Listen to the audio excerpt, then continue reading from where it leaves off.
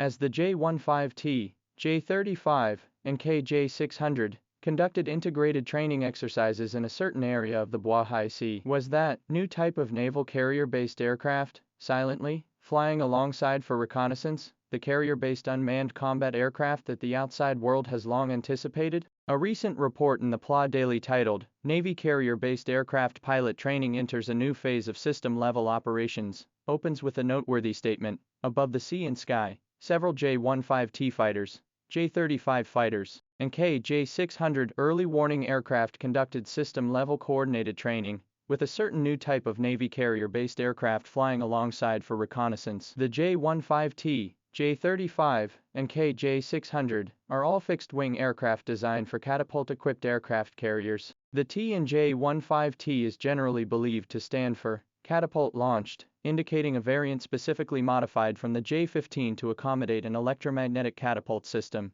The J-35 is a stealth carrier-based fighter, while the KJ-600 is a fixed-wing carrier-based early warning aircraft. The simultaneous appearance of these three models essentially points to the Fujian aircraft carrier, which is equipped with an electromagnetic catapult system. Since they are explicitly named in the report, they clearly are not the certain new carrier-based aircraft in question. The aircraft that truly warrants attention is the one performing the escort reconnaissance mission. Analyzing the mission description of escort reconnaissance, this aircraft is capable of matching the speed and altitude of the J-15T and J-35, indicating that it is a jet-powered fixed-wing aircraft, rather than a helicopter or low-speed drone. Helicopters typically have a maximum speed of around 300 km/h, whereas the J-15T and J-35 have cruising speeds exceeding Mach 0.7. Helicopters are incapable of true escort operations. Similarly, turboprop-powered drones generally have a top speed of around 500 km/h, making it difficult for them to keep pace with jet fighters. Therefore, the aircraft's propulsion type and performance level have essentially been determined to be a jet-powered fixed-wing platform. The second paragraph of the report mentions information sharing, joint training and exercises to forge a system of 5 categories of personnel: carrier-based fighter pilots, helicopter pilots, special mission aircraft crews, aircrew support personnel, and UAV operators. Here, UAV operators are listed alongside traditional core roles such as carrier-based fighter pilots, helicopter pilots, and special mission aircraft crew members for systematic training. This indicates that UAVs have attained a significant status within the aircraft carrier's combat system, and are no longer merely experimental projects confined to laboratories. Since UAV operators have been incorporated into a systematic talent development process, it is highly likely that this aircraft, referred to as a new type of naval carrier-based aircraft, is a fixed-wing UAV. If this assessment holds true, this marks the first official confirmation that a domestically produced fixed-wing unmanned combat aircraft has been deployed on a catapult-launched aircraft carrier. Furthermore,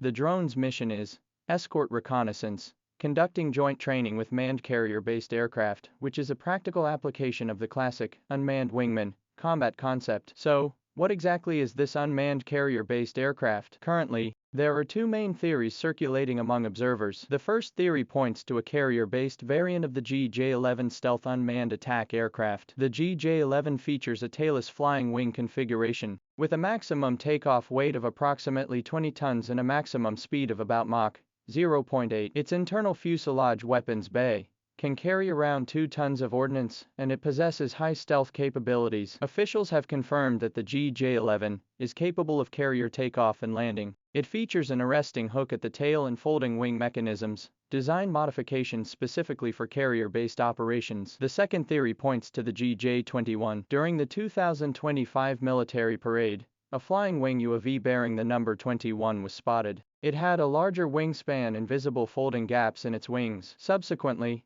a CCTV program directly labeled it the Attack 21 carrier-based unmanned combat aircraft. Compared to the Attack 11, the Attack 21 has undergone further optimization for carrier-based takeoff and landing. Regardless of which model it is, this new type of carrier-based aircraft has entered the combat training phase and is capable of operating in coordination with the J-15T, J-35, and KJ-600 systems, indicating that its combat capabilities are mature. Looking globally, how far have other countries progressed in the actual deployment of fixed-wing unmanned combat aircraft on aircraft carriers? The US X-47B successfully completed catapult launches and arrested landings from aircraft carriers as early as 2013, but in 2016, the U.S. Department of Defense shifted its strategic focus, leading to the termination of the X-47B program. The relevant technology was subsequently repurposed for the MQ-25 Stingray unmanned aerial refueling aircraft. The U.S. Navy ultimately opted for the relatively conservative route of an unmanned aerial refueling aircraft. Even by 2026,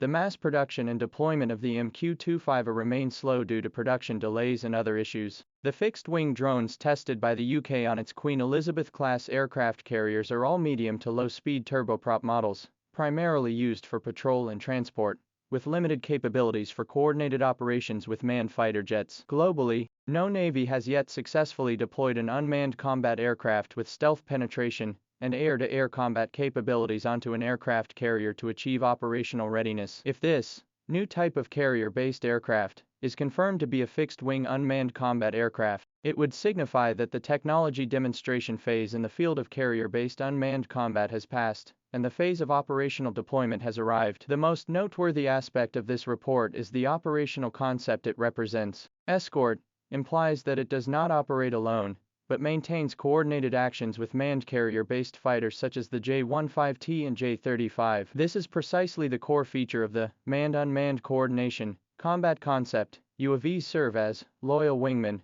to manned fighters, conducting forward reconnaissance, electronic suppression, acting as decoys, or carrying weapons to execute high-risk strike missions, while manned aircraft pilots conduct command and control from relatively safe positions. The U.S. Air Force has invested significant resources in this concept, but the carrier-based version of the loyal wingman presents far greater challenges. Carrier takeoffs and landings are inherently complex, and a series of issues must be resolved, including electromagnetic compatibility in the carrier environment, data link anti-jamming, and autonomous drone landings. If this UAV can indeed conduct carrier-based joint training with stealth fighters like the J-35, it would signify that China has reached a leading position in the field of carrier-based, manned-unmanned cooperation. The report also noted that the training successfully completed more than 10 joint training exercises, including reconnaissance and early warning, air defense, and missile defense, further demonstrating the UAV's multi-purpose capabilities. A ship-based UAV capable of conducting penetration reconnaissance, executing strike missions, and even participating in air defense operations in high-threat environments signifies that the aircraft carrier's air combat system is shifting from a manned platform-centric approach to a hybrid manned-unmanned formation. Of course, the information revealed by this report remains limited at this stage. The official description uses the term,